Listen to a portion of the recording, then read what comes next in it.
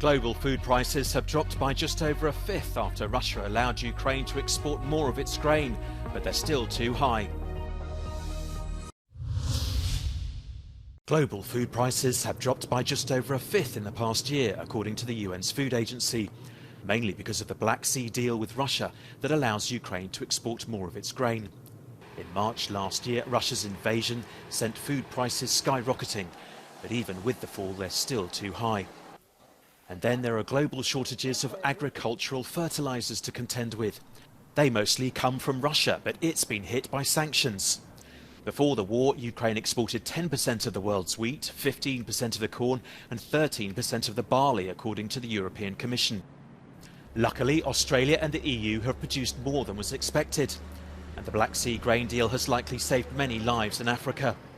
The Ukraine war couldn't have come at a worse time for the continent, where there was already a deadly drought in the Horn of Africa and worsening food insecurity in the Sahel. But in Europe, people aren't yet noticing drops in food prices in the supermarkets. They remain stubbornly high.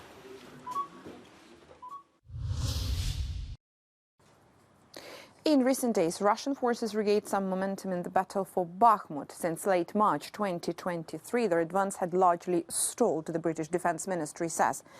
In its daily update, it says Russia has made further gains and has now highly likely advanced into the town center and seized the west bank of the Bakhmutka River.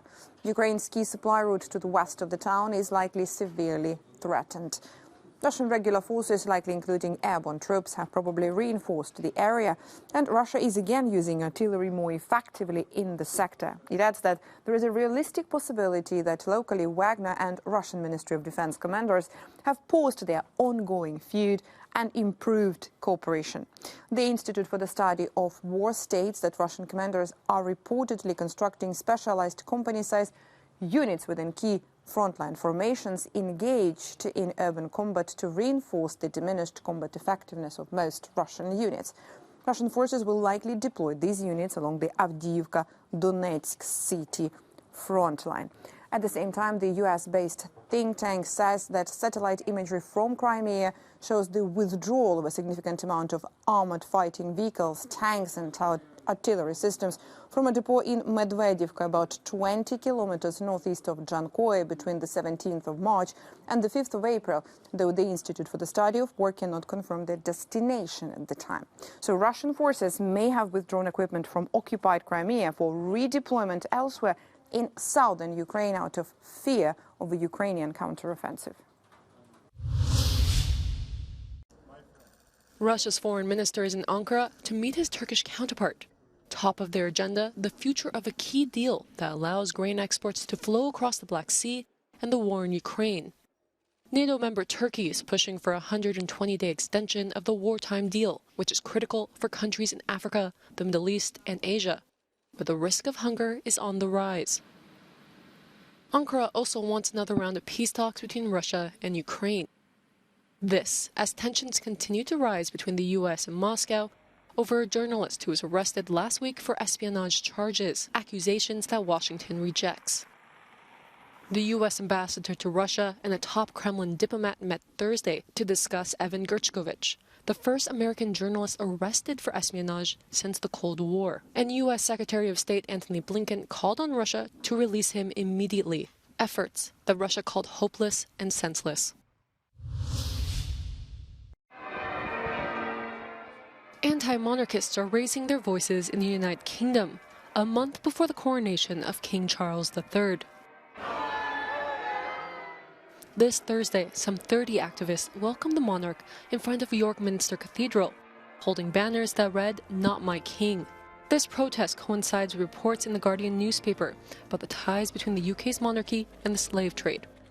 Charles has said he takes the matter very seriously, has offered his full support to the research on his family's connection to slavery, for which he'll make the royal archives available. The newspaper also delved into the royal family's wealth and finances. Charles and his wife Camilla went to York Minster for the celebration of Maundy Thursday. During the ceremony, Charles presented specially minted coins to 74 men and women. This money is given to individuals for their contributions to the church, and it's a way of recognizing their services to the local community.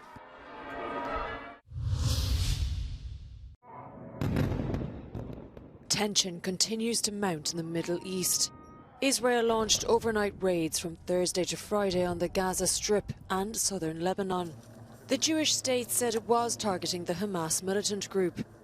The Israeli strikes come in response to rocket fire on an unusually large scale after Israeli police raids on Jerusalem's Al-Aqsa mosque sparked unrest and outrage across the Arab world. On Thursday, the day of the Passover, dozens of rockets were fired from Lebanon into Israel. Israeli Prime Minister Benjamin Netanyahu has promised to make Israel's enemies pay a heavy price. His army says it is certain that the unclaimed rocket attacks from Lebanon were Palestinian and were the work of Hamas or Islamic jihadists. Israeli missiles notably hit a field near the Palestinian refugee camp of Rashidia, near the city of Tyre. These strikes on southern Lebanon serve as the first on this front since 2006.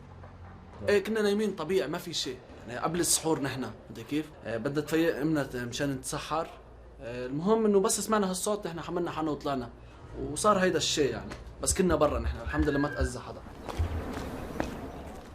The UN's interim forces in Lebanon have called on all parties to cease their actions. Both states technically remain in a state of war.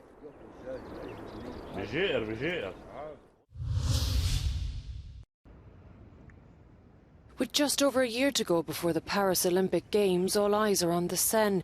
2 swimming contests are to be held in the river, right here between the Alexander III Bridge and the Eiffel Tower. Problème, cela fait 100 ans qu'il est interdit de se baigner dans la Seine en raison de la qualité de l'eau.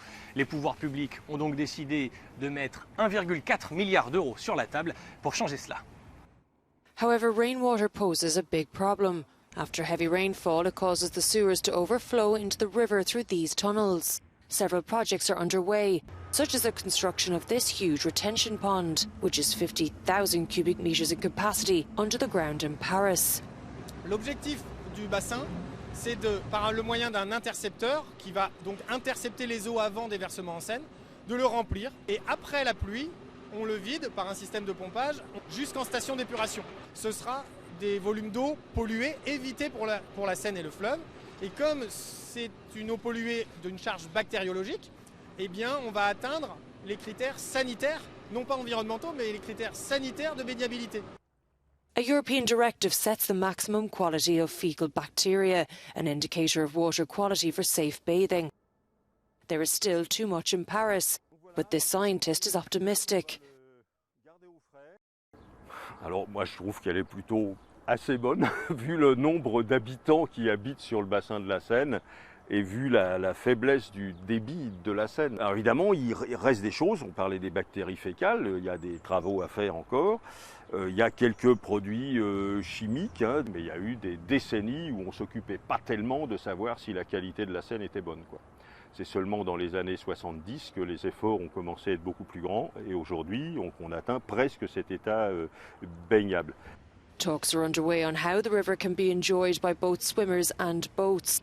There are plans to construct 20 beaches along its banks, while Paris City Council hopes to lift the swimming ban by 2025. Les Parisiens pourront-ils bientôt piquer une tête dans la Seine pour se rafraîchir? Les principaux intéressés, eux, ont encore du mal à y croire. Ce n'est pas la première fois qu'une telle promesse est faite et elle n'a jamais été tenue. Cyril Fourneris, Euronews, Paris.